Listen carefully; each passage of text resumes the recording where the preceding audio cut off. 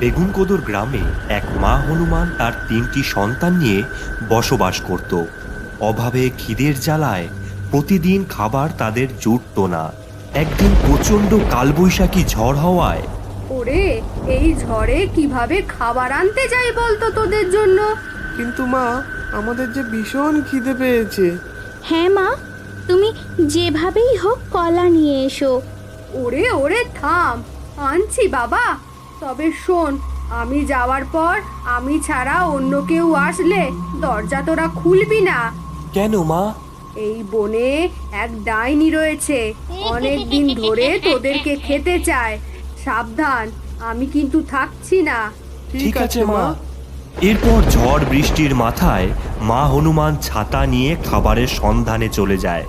দাদা, মা তো নেই, চলো আমরা আনন্দ করি। হ্যাঁ বোন, চল, হুররে! আজ আমাদের আনন্দের দিন, নাচবো গাইবো। অনেক অনেক দুষ্টুমি করব। আর সবশেষে মায়ের হাতের রান্না খাবো। ওরে, আমি এসে গেছি রে খাবার নিয়ে, দরজাটা খোল। এ কি, এ তো মায়ের গলা!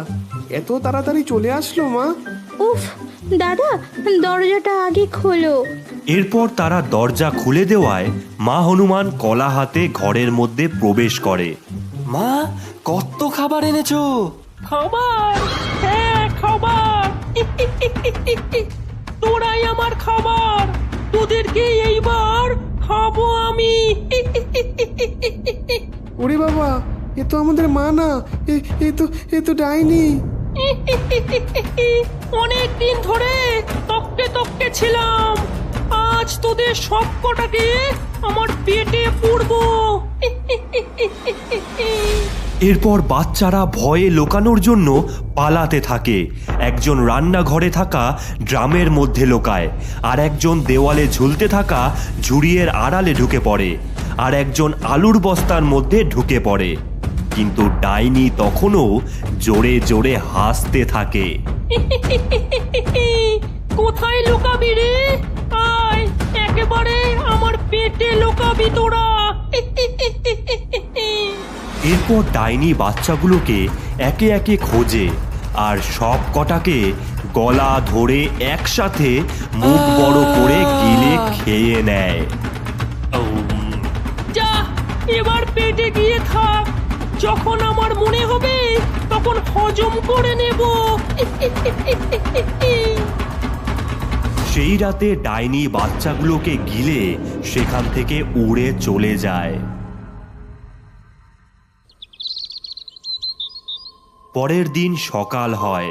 মা হনুমান ঝুড়ি মাথায় করে কলা নিয়ে ফিরতে থাকে বাচ্চাদের জন্য। আজ বাচ্চারা অনেক খুশি হবে, ওদেরকে কলার নানান রেসিপি বানিয়ে খাওয়াবো। এ কি, দরজা খোলা কেন? গোপাল, সুভদ্রা, কোথায় তোরা? বলরাম, কোথায় তোরা? আওয়াজ দিচ্ছিস না কেন? গোপাল! যার ভয় পাচ্ছিলাম সেটাই হলো না তো? না, আমাকে খুঁজতে হবে আমার বাচ্চাদের। এরপর মা হনুমান তার বাচ্চাদের খুঁজতে শুরু করে। বন জঙ্গল, পুকুর পাড়, মন্দিরে কোথাও দেখতে পায় না। এরপর সে গাছের ঝুড়ির সাহায্যে ঝুলতে ঝুলতে যায়। গোপাল, বলরাম, সুভদ্রা, কোথায় তোরা? সারা দে। এক গভীর ঘন অরণ্যে ডাইনি ঘুমিয়ে রয়েছে, আর তার পেট থেকে আওয়াজ ভেসে আসছে। মা, মা, আমাদের বাঁচাও, আমাদের বাঁচাও, আমাদের বাঁচাও। পুরো গ্রাম খুঁজে নিলাম, কিন্তু কোথায় আমার বাচ্চারা? হে বজরংবলী, আমার বাচ্চাকে খুঁজে দাও। এ কি, কিসের আওয়াজ শুনলাম? এ তো গোপালের আওয়াজ। যাই, আওয়াজকে অনুসরণ করি। এরপর মা হনুমান সেই আওয়াজকে অনুসরণ করে ডাইনির কাছে পৌঁছায়। সে শুনতে পায়, মা, মা, আমরা ডাইনির পেটে রয়েছি, তুমি আমাদের উদ্ধার করো মা, উদ্ধার করো। তোরা চিন্তা করিস না বাছা, আমি ঠিক তোদের উদ্ধার করব।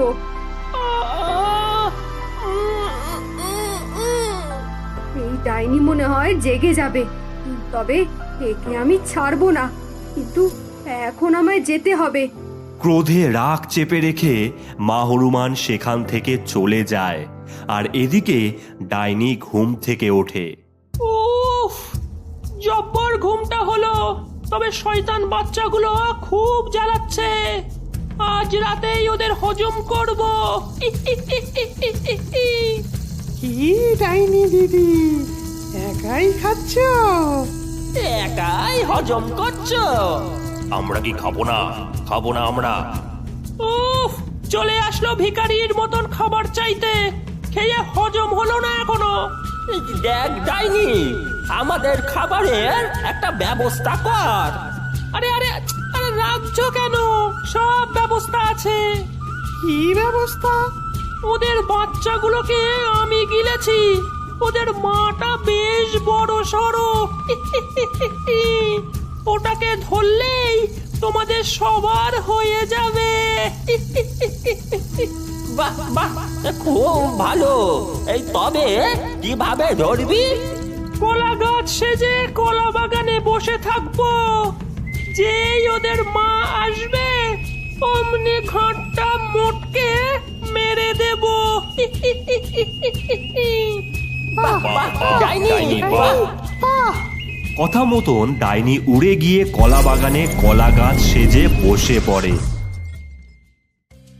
এই বুদ্ধিটা কেমন বার করেছি বল? হ্যাঁ ভাই, কলাগুলো বিক্রি করে আমরা আমাদের ব্যাট আর বল কিনবো। এ পাচু, তাড়াতাড়ি ভ্যানটা চালা, আমার কলাগুলো বেচতে যেতে হবে তো। এরপর বাচ্চারা ভ্যান নিয়ে কলা বাগানে ঢোকে আর সবাই গাছ থেকে কলা পাড়তে থাকে। হাবলু কলাগুলোকে বস্তায় ঢোকাতে যাবে, এমন সময় সেখানে মা হনুমান এসে হাজির হয়। এ কি হনুমান, এই হুস হুস হুস। এ, যা যা, হুস হুস। আমায় দয়া করে তাড়িও না তোমরা। কি রে পাচু, এ তো কথা বলছে রে। আমার কাছে সময় অনেক কম, তোমাদের কাছে সাহায্য নিতে এসেছি আমি। আমার বাচ্চাদের ওই ডাইনি গিলে নিয়েছে, ওদেরকে উদ্ধার করতেই হবে। এ কিভাবে হলো আমাদের বলো তো? এরপর মা হনুমান সমস্তটা খুলে বলে।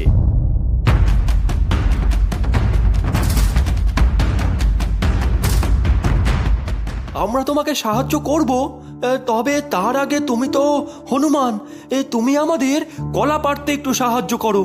ওই যে ওই গাছটা দেখো, বড় বড় কলা, একটু পেরে দাও। আচ্ছা, এক্ষুনি আমি পেরে দিচ্ছি। মা হনুমান যেই কলা পাড়তে যাবে, গাছটা রূপ বদলে ডাইনিতে পরিণত হয় আর ডাইনি হনুমানের গলা চেপে ধরে। বাঁচাও, আমায় বাঁচাও। তবে রে ডাইনি, এই তোরা সবাই কলা মার ডাইনিকে।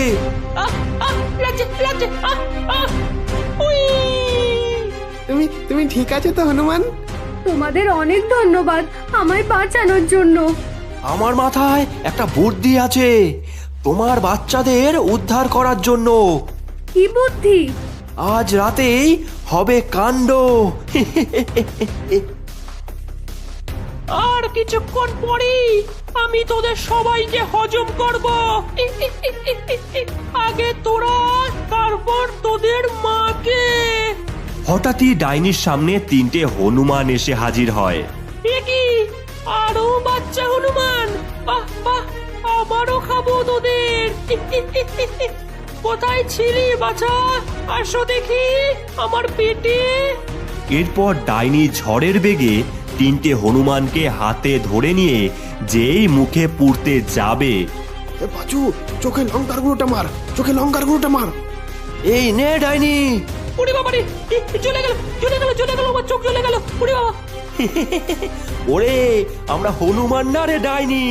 হাবলু, ল্যাংচা, এ ডাইনির হাত পা গাছের সাথে বেঁধে দে। কথা মতন কাজ হলো, তারা ডাইনিকে বেঁধে দিল। মা হনুমান, এইবার তুমি ডাইনির পেট কেটে বাচ্চাদের বার করো। না, ছেড়ে দে আমায়, ছেড়ে দে, ছেড়ে দে, ছেড়ে দে। এরপর মা হনুমান ডাইনির পেট কাটতে লাগলো। আহ, আহ, আহ, আহ। একে একে ডাইনির তিনটি বাচ্চা বেরিয়ে আসলো ডাইনির পেট থেকে। হুররে হুররে, মা আমরা বেঁচে গেছি। হ্যাঁ বাবা, এই সবই হলো এই বাচ্চা মানুষদের জন্য। বাচ্চা হনুমানেরা, তোমরা এই মশাল দিয়ে আমাদের লেজে আগুন লাগাও। এরপর পাঁচু, হাবলু আর ল্যাংচারা আগুন লেজ নিয়ে ডাইনির গায়ে আগুন লাগায় আর ডাইনি আগুনে জ্বলতে থাকে। খুব মজা, খুব মজা। খুব মজা, খুব মজা। মা, আমার রোজ রোজ এই আলু সেদ্ধ ভাত খেতে ইচ্ছে করে না। বাবা, জানি আমি কি করব বল। তোর বাবাও তো বেঁচে নেই, আমাদের মনিব যা দেয় তাই খাই। শিউলি দিদি বলল তো আজ মুরগির মাংস হয়েছে ওদের। মা, ও মা, আমিও মুরগির মাংস খাবো। জেদ করে না বাবা, আজ খেয়ে নে, পরে আমি ঠিক মুরগির মাংস এনে দেবো তোকে। না মা, না, আমার আজকেই লাগবে। আমি আজকেই মুরগির মাংস দিয়ে ভাত খাবো। বাচ্চা কান্না করায় মালতী না পেরে তার মনিবের বাড়ির দরজার কাছে গিয়ে ডাক দেয়। শিউলি মা, ও শিউলি মা। কি হয়েছে গো মালতী পিসি? তোমার ভাইটা না মুরগির মাংস খাবে বলে খুব জেদ করছে, একটা টুকরো এনে দে না মা। তুমি দাঁড়াও, আমি এক্ষুনি নিয়ে আসছি। এরপর শিউলি মাংসের বাটি এনে যেই দিতে যাবে এমন সময় লজ্জা করে না মালতী? আমার মেয়েকে তুই চুরি করা শিখাচ্ছিস? না গো দিদিমণি, আবার না? মাংস গেলার এতই লোভ তোদের? কি গো, কি গো, তুমি কোথায়? এইদিকে একবার আসো, আসো একবার এইদিকে। কি হয়েছে, এত ডাকাডাকি করছো কেন? শান্তি মতন কি খেতেও দেবে না নাকি?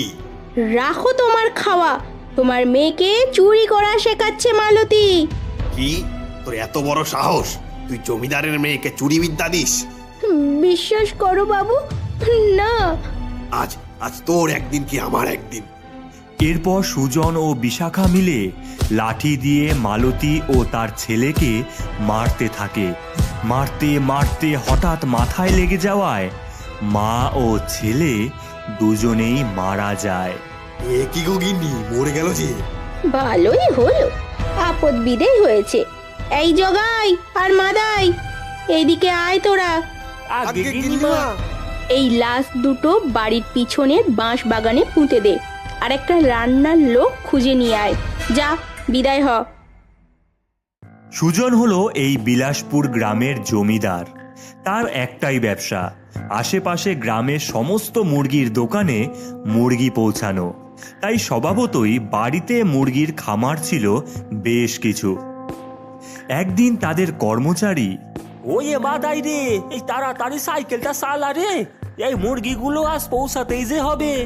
আরে জগাই, অন্ধকার হওয়ার আগে এই জঙ্গল যে পেরোতেই হবে। দুইজন যেই জঙ্গলের মাঝে আসে অমনি সেখানে আসে এক ডাইনি আর একটি বাচ্চা ভূত। মুরগি নিয়ে এই জঙ্গল পেরোবি ভেবেছিস? এই মাদাই রে, এবার ওরে ওরে জগাই, ওরে জগাই, পালা আগে, পালা পালা। নে বাবা, কত মুরগি খাবি খা। এরপর বাচ্চাটি সব মুরগি একে একে খেতে থাকে, আর অন্যদিকে জগাই মাদাই গিয়ে পৌঁছায় মনিবের বাড়িতে আর বলে, বাবু, বাবু, এ সর্বনাশ হয়ে গেছে যে। উফ, কি হয়েছে সেটা বল। এক ডাইনি সব মুরগি খেয়ে নিয়েছে। আমরা কিচ্ছু পৌঁছাতে পারিনি পাশের গ্রামে। কি বলছিস? ওই ডাইনি তো আমার ব্যবসা শেষ করে দেবে রে। দাঁড়া, পরের দিন তোরা আরো লোক নিয়ে যাবি। যা এখন।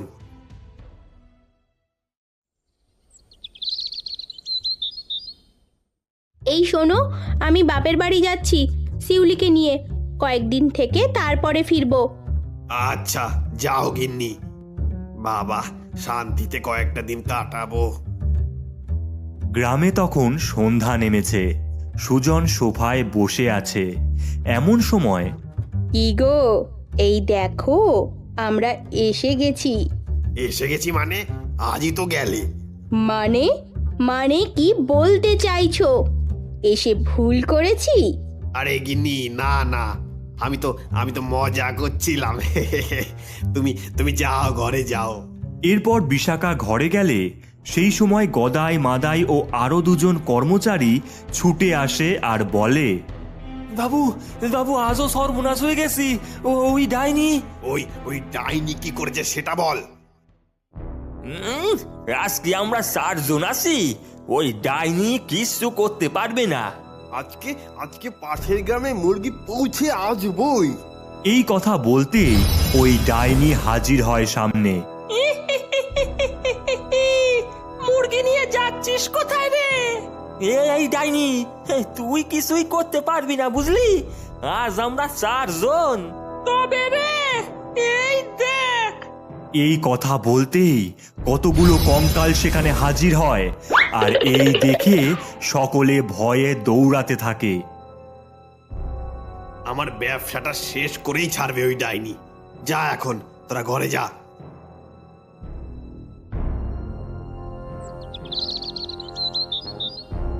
গিন্নি, ও গিন্নি, সব শেষ হয়ে গেল যে আমার। এ কি সর্বনাশ হলো বলো তো। কি হয়েছে গো?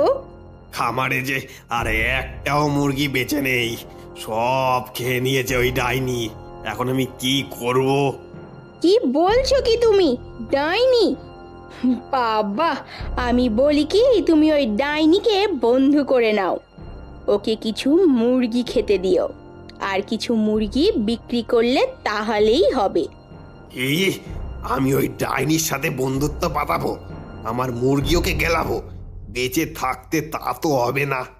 তাহলে যে তোকে মরতে হবে। এ কি গিন্নি, এ কি, এ তোমার গলার আওয়াজ এমন হলো কেন? এরপর বিশাখা ডাইনিতে পরিণত হয়, আর বিশাখার দেহ মাটিতে লুটিয়ে পড়ে। এ গিন্নি, তোর গিন্নিকে তো কবেই মেরে দিয়েছে রে। যেদিন সন্ধ্যাবেলায় তাল বনের ভেতর দিয়ে বাপের বাড়ি যাচ্ছিল, হাতটাকে মোটকে খেয়েছি একেবারে। কেন করেছো তুমি এমন? কি করেছি আমরা? কি করেছিস? সামান্য একটা মুরগির মাংসের জন্য আমার ছেলেকে পিটিয়ে মেরেছিস তোরা। মালতী, তুই? খবরদার, খবরদার, মালতী বলবি না। গিন্নি মা বল, পাষণ্ড। আজ যা কিছু ভোগ করছিস, এই সব আমার স্বামীর, আমার। সেদিন যদি আমি থাকতাম। বাবু, এই চা নাও। দে রে সুজন, তোর হাতের চা না খেলে যে দিনটাই ভালো যায় না বুঝলি। আহ, এ এ এ এ কি, গলা জ্বলছে কেন রে? কি মিশিয়েছিস? বিষ মিশিয়েছি, আর কিছুক্ষণ পরেই তুমি মরবে।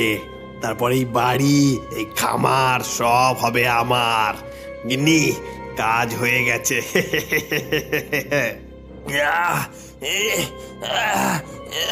মালতী,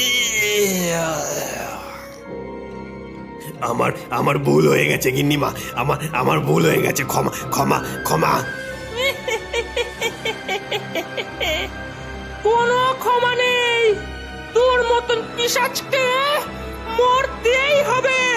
এরপর ডাইনি সুজনের গলা থেকে মাথা আলাদা করে দেয়, আর চারিপাশ এক আর্তনাদে ফেটে পড়ে। তারপর থেকে সেই ডাইনি তার ছেলে ও